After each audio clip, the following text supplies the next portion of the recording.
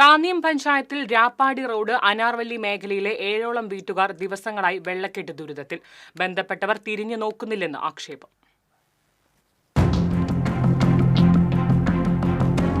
വീടുകളുടെ സമീപത്ത് നിർമ്മിച്ചിട്ടുള്ള കാന വൃത്തിയാക്കാത്തതാണ് വെള്ളക്കെട്ടിന്റെ പ്രധാന കാരണമെന്ന് വീട്ടുകാർ പറയുന്നു.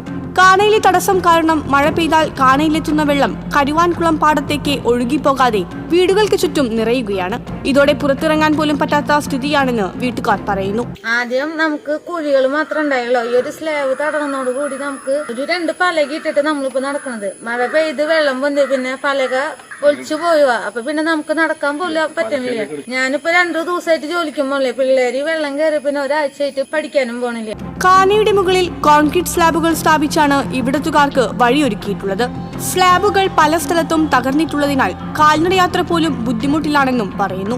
ഇതു സംബന്ധിച്ച് പലതവണ പഞ്ചായത്ത് മെമ്പറെയും ബന്ധപ്പെട്ടവരെയും സമീപിച്ചെങ്കിലും യാതൊരുവിധ നടപടിയും ഉണ്ടായിട്ടില്ലെന്നും ആരോപണമുണ്ട്.